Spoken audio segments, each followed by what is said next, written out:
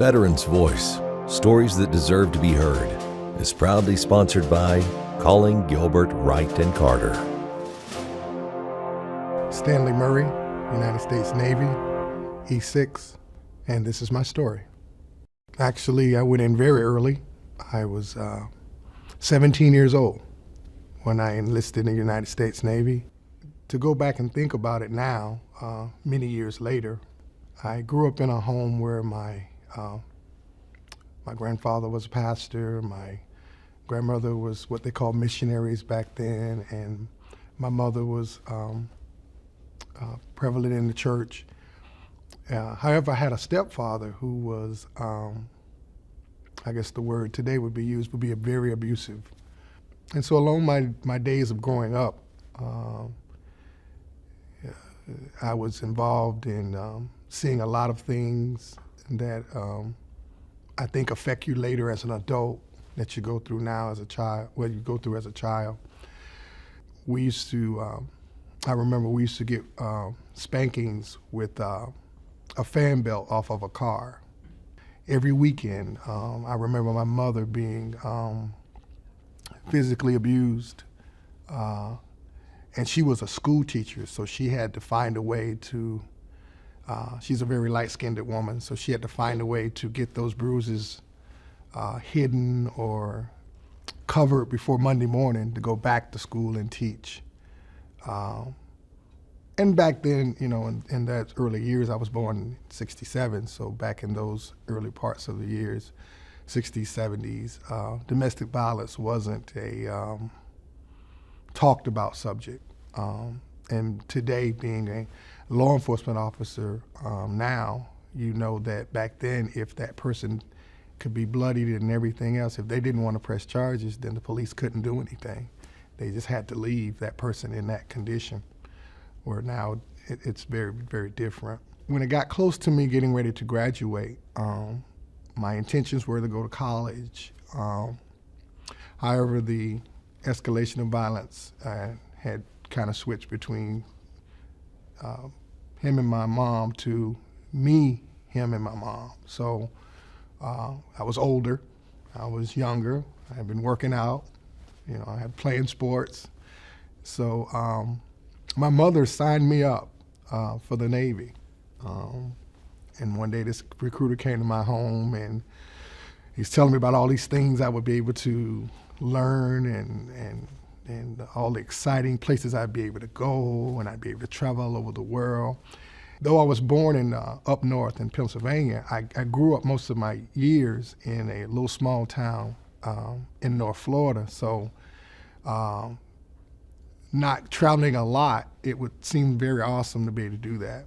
So I graduated high school, went into the military, Chicago, Illinois, Great Lakes, right in the mid-'80s.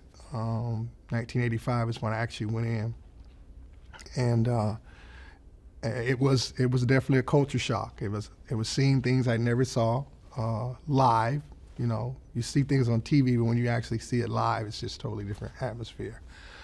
And I remember after coming out of boot camp, my ship had already left port.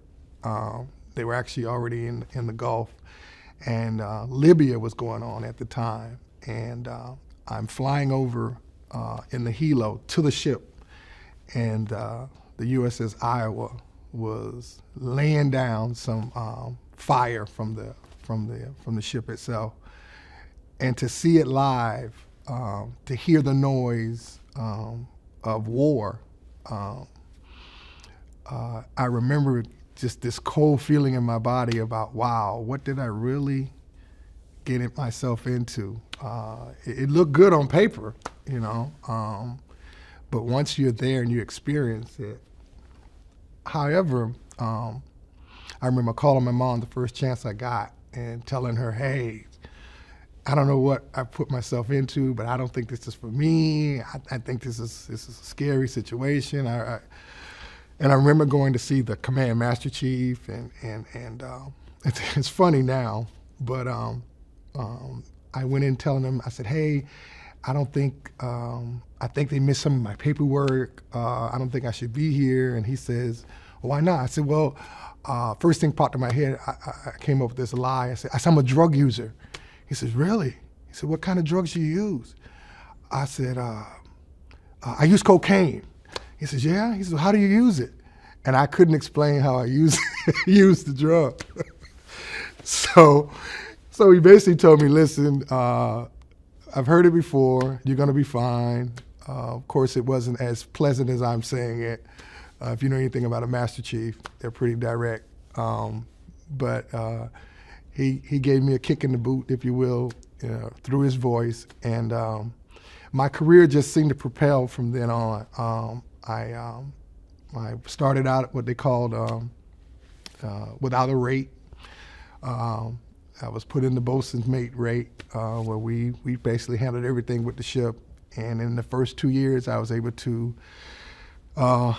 what they call strike, and I struck to be what they call an operations specialist, radarman for all the older type people. And in 3 years, I was an E5, and I was what they call a watch supervisor as an E5, which is usually given to our E6s. So loved the military, loved the excitement. I remember going to Italy, and we were anchored out, and it was a severe storm coming, but I don't know how they let us go out for what they call a little bit of R&R, and the severe storm is coming. We come back, and the ship is gone. And so I'm thinking, I'm terrified, brother, they're gonna kick us out, we're gonna go to jail, we're gonna be in prison. And we got there, and there was a gentleman there who, got us to a hotel, and they'd already knew that we were gonna be, certain people were gonna be missing. So my career was pretty good. But for some reason throughout that career, though, I was experiencing a lot of nosebleeds. I couldn't seem to figure it out. I would wake up in the mornings, or I would be woken up in the mornings, severe bleeding all over my pillow. I thought at first maybe it was an altitude thing, but I mean, we were on a destroyer, so it wasn't like it was an aircraft carrier or anything like that. But headaches to go with it, things like that. So I pretty much handled that most of my Navy career. 1986. We're in port. I get shot. I have a bullet right now, a 1/4 inch from my spine, as I was a victim of an armed robbery in the military. So experienced quite a few things there. For me, though, from there I transferred into the reserves part. I got out, I think if I had taken the time to really see what my career I was excelling in it. You kind of feel like the first time you got tricked, so you think you're smarter the second time around about the military. But I did stay in the reserves, and I was able to complete 22 years of service. So I thank God for that. Well, I tell you, it's a culture change. I would say it compels you to have to learn to deal with different people from different parts of the country with different understandings, lifestyles, even stereotypes. One of the first friends I made was a guy from West Virginia who had never seen black people. He lived in the hills in West Virginia, and he had a list of things he thought that black people were. He thought we had tails. I mean, he was serious. He thought we had tails. He thought that we all spoke broken English.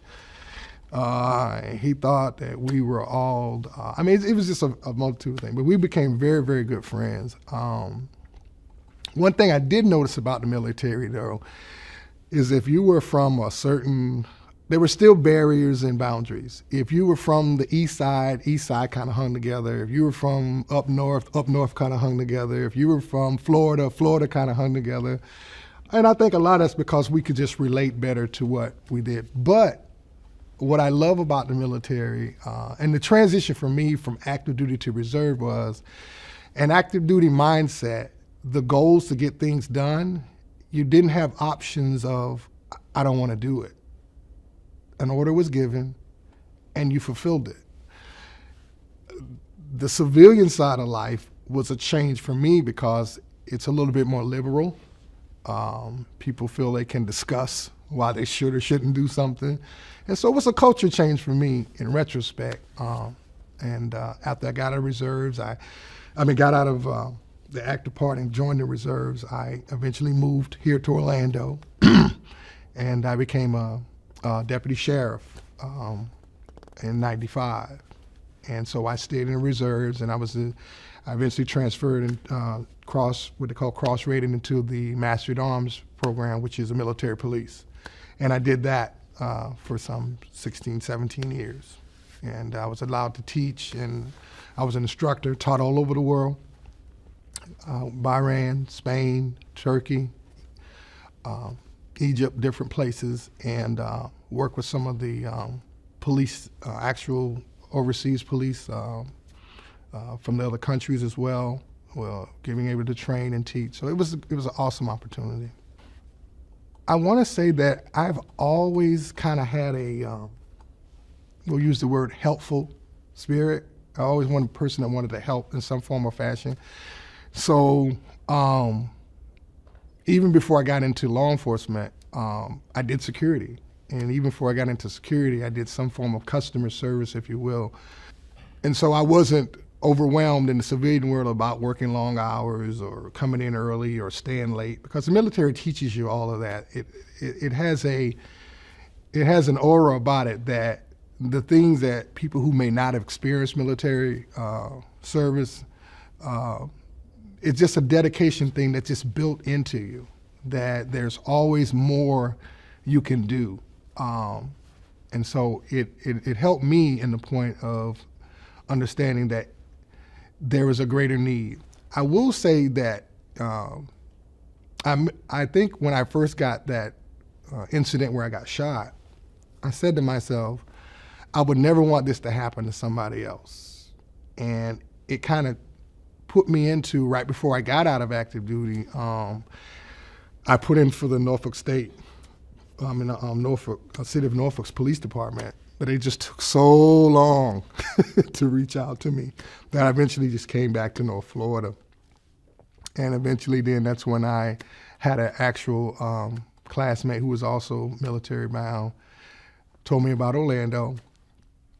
I moved here and have moved forward ever since. When you first come in, even no matter what your rate is, when you first come in, if you're a E1, E2, E3, you really don't, even though you may have a quote unquote title of a job, you're a gopher, all right? You're going to pretty much learn everything it is to learn about diligence and hard work and being available to whatever the mission may be. And it may be one day you're mopping floors, the next day you're painting hallways. I remember we used to strip the floors in the daytime and wax the floors at night.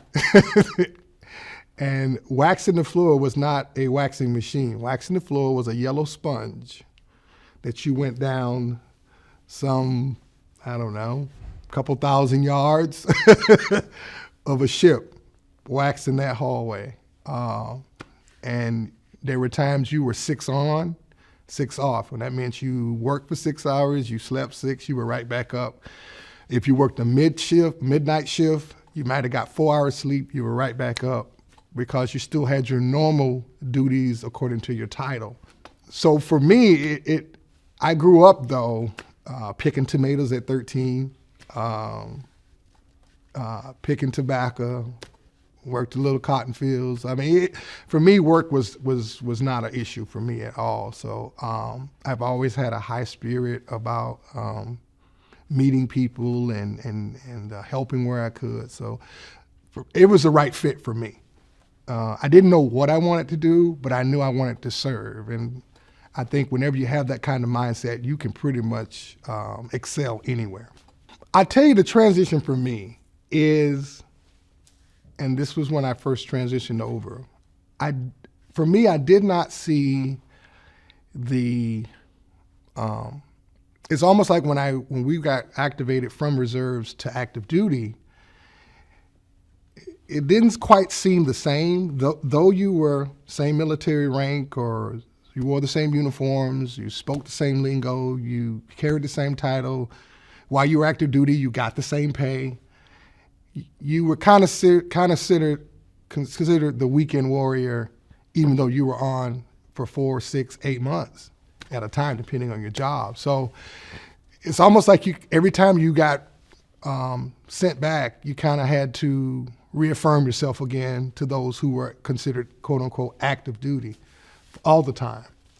So it depends on where you were, but what I did love about being a reservist is I also brought in, I think, also a higher level of thinking, so to speak. Not in a negative way, but in a way we brought things from learning things on the outside that you may not have got a chance to learn in the military because of the structure that it's set in. So we were used quite a bit for a lot of different things. We worked a lot with NCIS. A lot of our law enforcement officers had detective experience, so they would go right over to NCIS and help with investigations. Those of us who were crime prevention related or any type of law enforcement background that could help in the military background, police background, we were used quite a bit. I was a civilian police instructor, so I was able to get Navy instructor certified, and I was able to teach in the military as well. I mean, understanding that it's sometimes things look confusing because I always believe if you don't have information, you use your imagination. And I think a lot of times that when things are put out from the military standpoint, because the information is usually very limited, it leaves a lot of room for guessing or assumptions about what we're doing and why we're doing it. Being able to move into an order that's given and being able to do things that, quote unquote, people who don't have that knowledge to see could be like, they're going over there, they're going to be killing people, they're going to be raping and pillaging and all the other things that sometimes movies project or assumptions are given that we're, cold-blooded, cold-minded. Because the military has begun to use more, I think, reservists, because they're able to use more reservists now more than ever.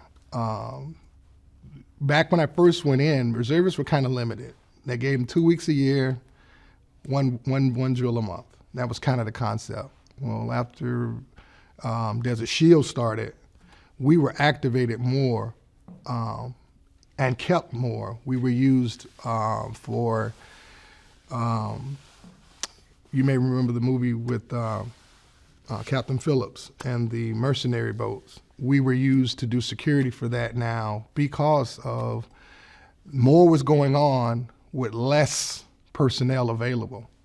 And so the reserves were used to come forth now and accomplish a lot of those missions that may not have made the newspaper, may not have made the websites, but we were the very backbone to a lot of the upfront things active duty was doing that a lot of people may not have seen. When we came back from a deployment, we didn't get necessarily the same things because we were reservists. We got a different flight. We came in on our home place. Unless we went all the way out as a full unit. Now, Army may have been different, but in the Navy, you kind of flew out individually. Or you may have flew out 4 or 5 together, but you flew out in civilian clothes, you came back in civilian clothes. That's kind of what's the concept for us. So we unless our reserve center promoted our coming back home, it probably didn't happen. So it's a little different. When you can find a way to bring a multitude of people into an area to accomplish a goal from various different places of how they were raised or what they were raised in, and to see them come together to get a job done, it's just remarkable. I also volunteer at I'm also a local pastor as well. I got a multitude of jobs. And I volunteered our local rescue mission here, and probably been doing that a good 10, 12 years now. And so I meet a lot in those settings, those who have been homeless, that I'll ask before I speak out, do we have any prior military? And we'll see the many hands that come up of people who are homeless and then still have military backgrounds. And so my heart goes out because you hear the stories, and some of the stories vary. You got all the way from, well, I got addicted on this, or it's not just, your normal cocaine or alcohol. There are so many people that got addicted on painkillers, that they lost places to live, they lost families, they lost family members, they lost connections because they couldn't get what they believe the proper help they needed at that time going through.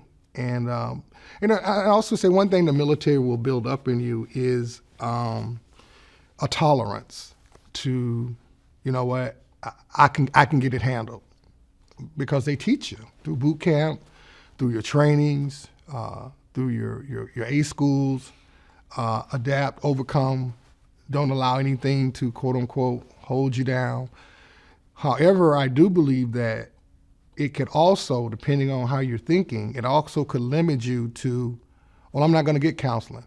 I can beat this on my own. Or I'm not going to go see a rep. I'm not going to let them know that, I wake up in cold sweats at night.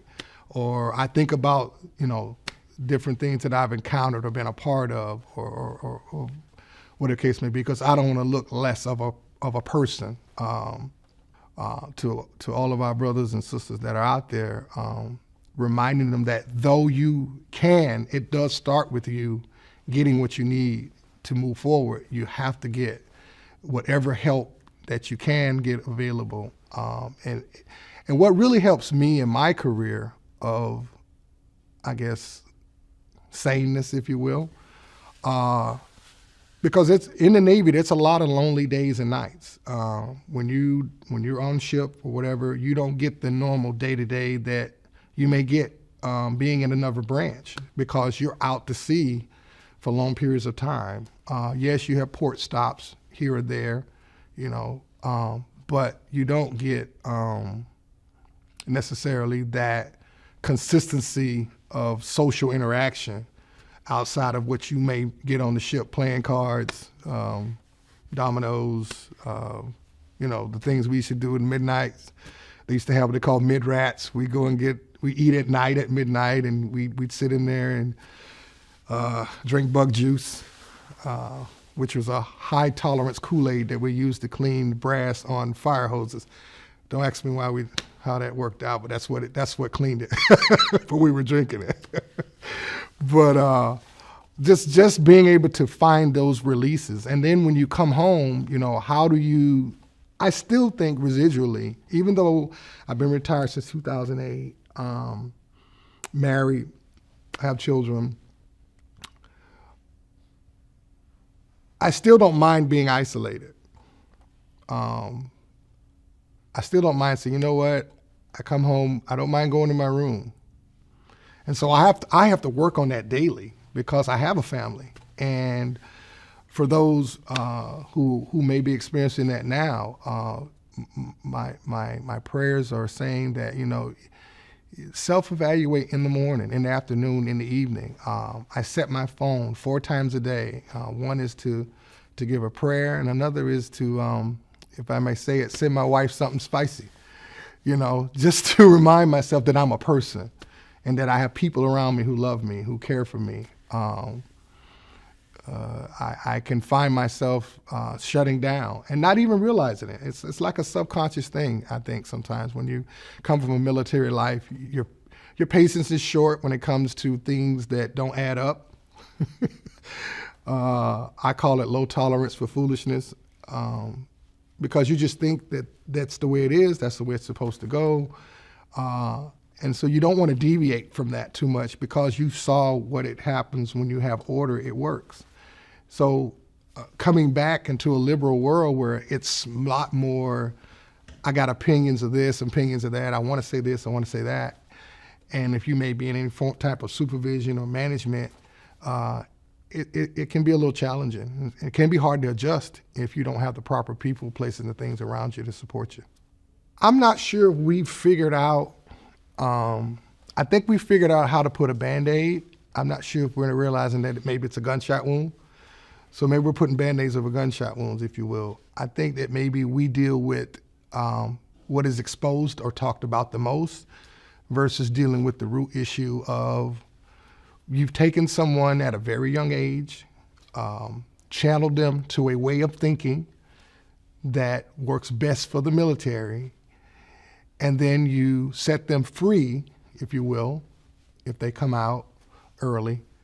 I don't want to sound like it's the same thing, but it's similar. It's almost like being institutionalized through a prison mindset, and then you're released back in society to be with a world who operates differently. And I think everybody has their way of faith and belief and how they think. So the military, I'm not saying it's a prison, I'm just saying that they channel into you what keeps the military strong. And then when you are released back out into society, the society just doesn't operate like that. And so it can be a challenge for people who come out of that and say, you know what, this is different. So I would like to see, just like we recruit for new hires, if you will, for the military, what kind of recruiting do we do for those who have gotten out? We're asking them to reach out, but have we figured out ways to see those that are coming out and start a preparation plan on their way out? It may be a year before they get out. Some form of counseling is starting 12 months before they get out. Not the debriefing we get where 3 or 4, upper echelon people sit there and they talk to you for 20 minutes. And all they're really trying to do is they want you to stay in. So versus what are we doing 12 months out? Are we working something what are you missing in your family? What are you missing? And just because we're getting paid every pay period doesn't mean we're even managing it well. Maybe we got addictions, or maybe we have issues that are keeping us from being what we could be once we are released back. I use the word release, but we volunteer to go back into society. What are we setting them up with that, hey, when you get out, and not that I would use the reserves as a quote unquote funnel through, but what recommendations? Hey, if you need a transition or watering yourself down coming out of this, hey, the reserve program is there. Maybe we still want a little touch with it. I still miss it from time to time. I do. I mean, when I got ready to retire from the military, I showed up to drill one morning and I sat there and I didn't know anybody that was there. There were just so many new faces. I had been around so long. All of my people in my era had transitioned out. And so, but I was good. I felt good about it. I was well in my spirit about it. I walked in, saw my Master Chief, said, hey, I think I'm gonna retire. He goes, oh man, when? I said, next month. No, that's too early, Don't do that. You're a career counselor. I kind of need you to stick around so you can talk these other guys into, staying straight. So I hung around about another 3 to 6 months. And when it was time to retire, and they said, hey, you want a retirement ceremony? And I said, no, I'm good. I don't know. I felt that I had done all that I could do in that time frame, and it was okay to walk out the way I walked out, and I was okay with that. But I think for us, us reservists who've had a lot of active duty experience, that they're also being looked at and understood that their service is just as meaningful if they were on a full-time military active duty contract. That it was valued. There's in all of the branches.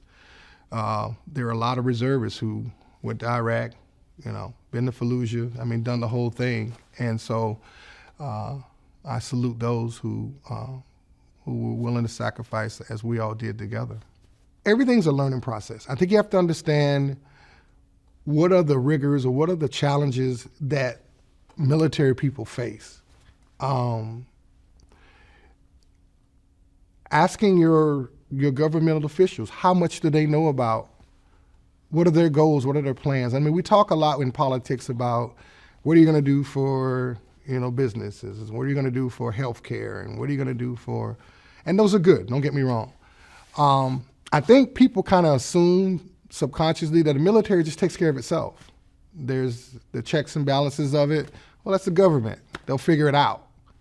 And I think what can happen at a local level is it doesn't get looked at as hard pressed as maybe you look at healthcare, or you look at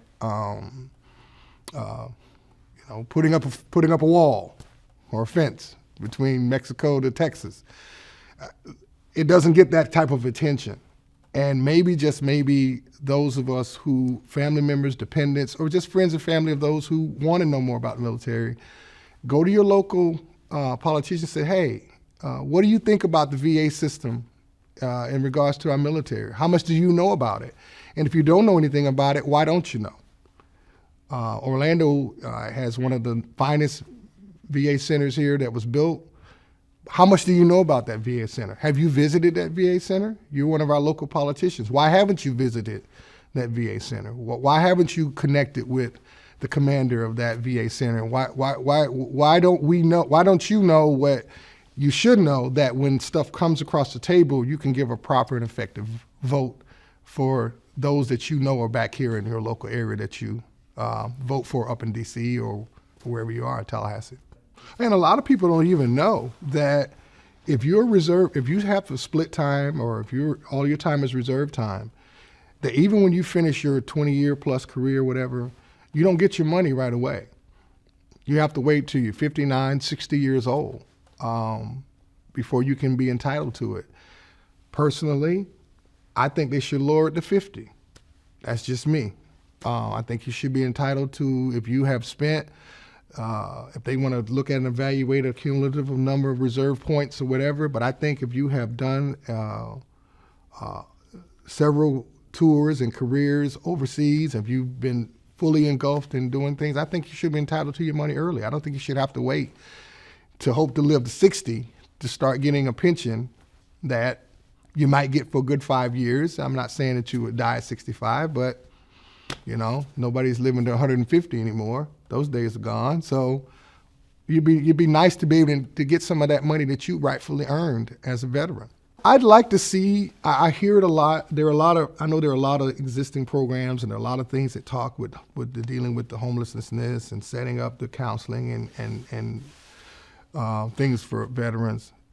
I'd like to see something concrete where there's a facility that houses, or housing is available for homeless veterans.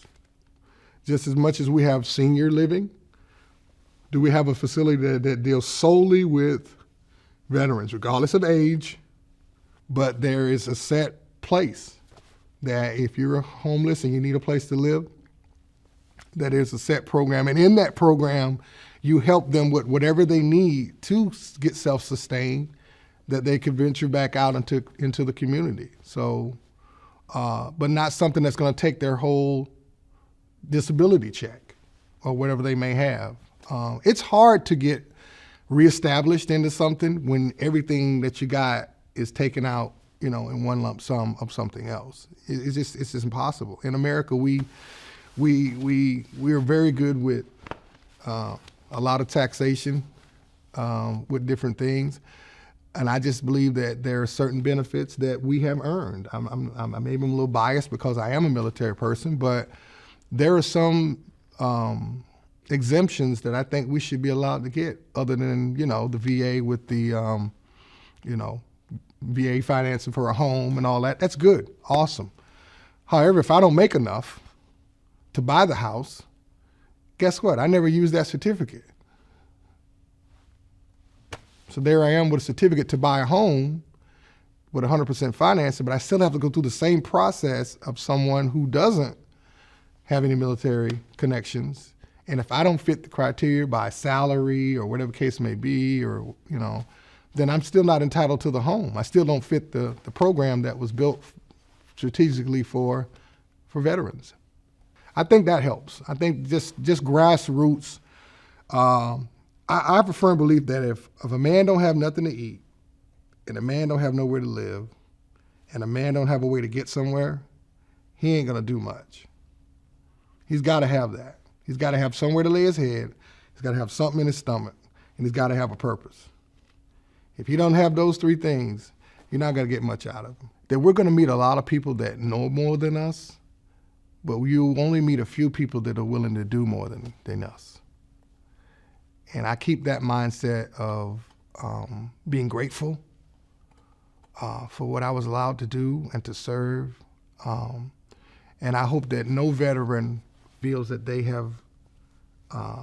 should feel like they're less of anything because of things they've said or things they've done in the realm of what we would call defending or honoring our country.